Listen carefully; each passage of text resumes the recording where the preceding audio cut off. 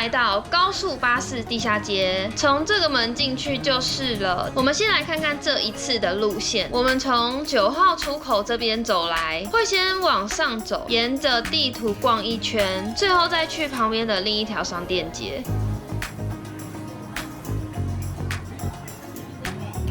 这边的交通方式就是从首尔地铁3号、7号、9号线到高速巴士客运站，往8之1或是8之2的出口走就会到了。这边是首尔5大地下街之一，位置在首尔南侧，附近有新沙洞啊、禅寺、江南等等的地方。整个地下街的长度大概有900公尺，大约有600间店家进驻，规模也算是很大的一个商圈。里面各式各样的商品都有，像是服饰啊、配件、饰品，还有鞋子、3C 用品等等。美妆跟杂货、小吃、餐饮也都有各式各样的店铺哦。营业时间是早上的10点到晚上的10点，任何时间都可以看到这边有满满的人潮。这边因为商品价格很实惠，所以也有很多学生跟上班族会很喜欢逛的地方。这个地下街是长条形，在尾端都有设置美食区，有一些小吃跟咖啡厅，价格也不会很贵，所以逛累了可以坐下来吃个东西，喝个饮料。然后如果你不太饿，其实逛累了也可以坐着休息。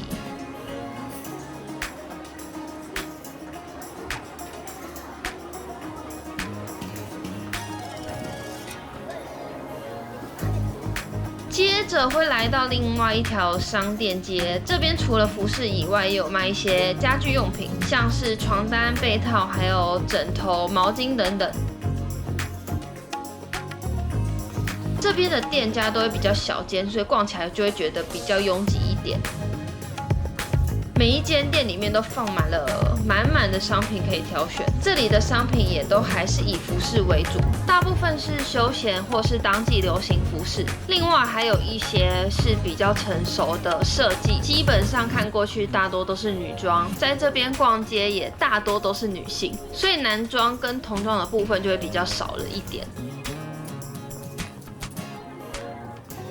来到中间左手边的地方有设置座位，可以坐着休息。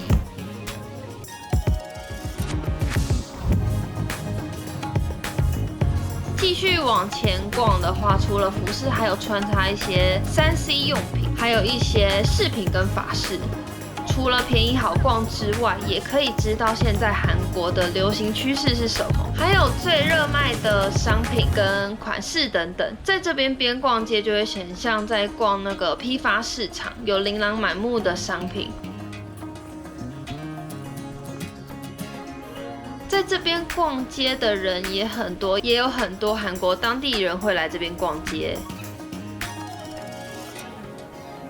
这边后半段贩售了更多的家居商品，有画框啊、镜子，还有时钟等等的装饰品，从像是柜子之类的摆设啊，到抱枕等等的用品，也有一些花艺类的商品，像是很多香氛、窗帘，还有一些大家具。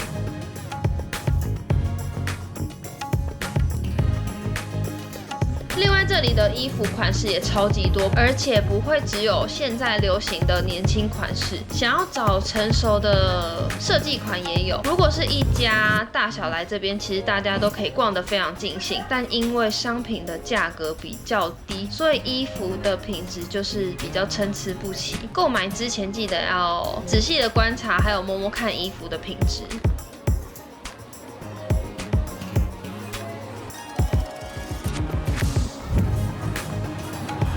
这边到底也同样是美食区，一样有小吃店跟咖啡店。这边两边的商店街贩售的商品其实都差不多，看到喜欢的商品就可以直接购买，因为价差不会很大，所以不用太担心比价的问题。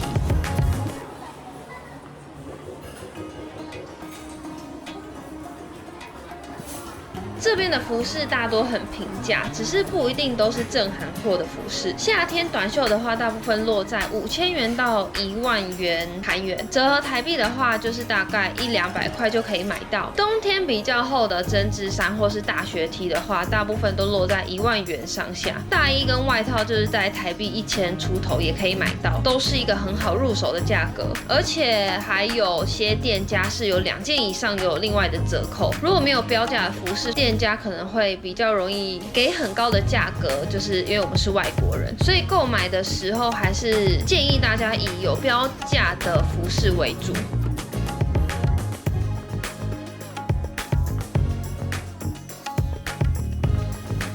服饰配件也是在这边超级好买的东西，比较有设计感一点的饰品大概5000韩元左右，普通的饰品则是在台币100块以内就可以买到。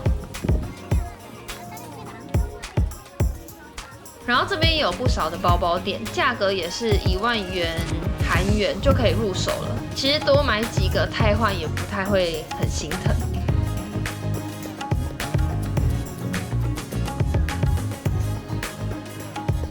走回了刚刚一开始出发的地方，左转会来到 Inter6 Fashion Mall。这边在2017年改建完工，也是一条商店街。这边同样是贩售服饰跟饰品配件，以平价的品牌为主，店面就比较大间跟宽广。另外也有一个平价超市叫 No Brand， 这间超市卖的东西是只有在这边才买得到的独家商品。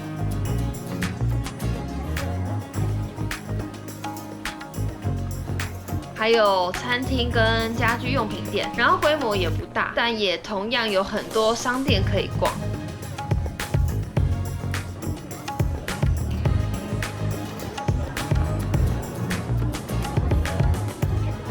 在高速巴士地下街逛完之后呢，也可以安排到附近的新沙洞或是江南清潭洞跟霞鸥亭走走。下一个来介绍的是江南地下街，这边的路线是沿着外围绕一圈，然后会再另外介绍一间中间的商店，右转就进到江南地下街啦。这边搭地铁2号线新彭塘线到江南站就到了。这边的规模没有高速巴士地下街那么大，但这边的商品有的会更便宜。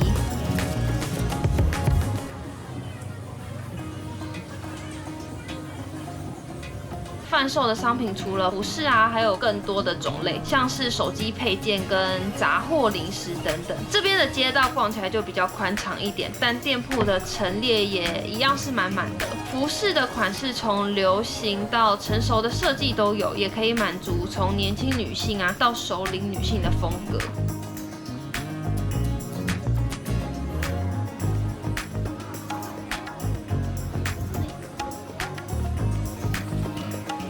江南这一带聚集了很多经贸跟办公大楼，每天通勤的人口也很多，会有很多上班族经过的时候也会来这边逛一下。所以如果要逛，可以避开一个下班的时间，不然这边的人潮也是超级多。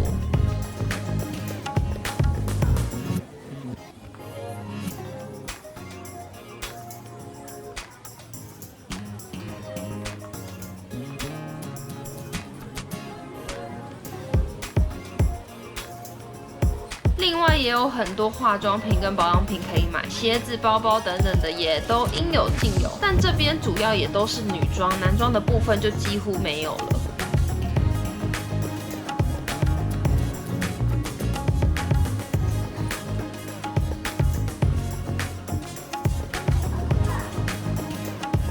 江南地下下街周遭的江南商圈也有很多服饰店、餐厅、酒吧跟电影院，可以来这边体验一下韩国上班族的夜生活。江南站这边周围就有特别规划一点，其中是3号、6号、7号是比较重要的出口，像是走3号的话是补习班街，6号出口的话有酒吧、餐厅跟服饰店，还有商店街；7号出口的话则是电影院跟剧场等等。除了地下街以外啊，地面上也同样是很热闹、很好逛的地方。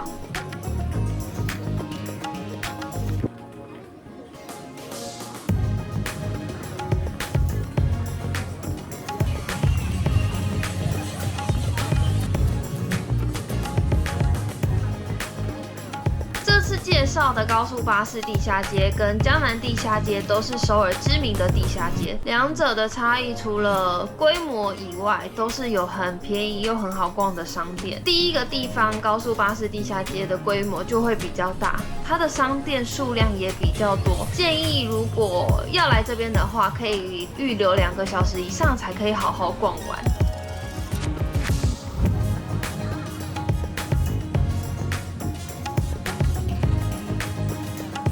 江南地下街的话，就是规模比较小一点，但它外围的地方其实商店跟餐厅比较多，可以依照行程的安排来决定你们想要逛的是哪一个。最后统整了交通方式跟周围景点给大家参考哦。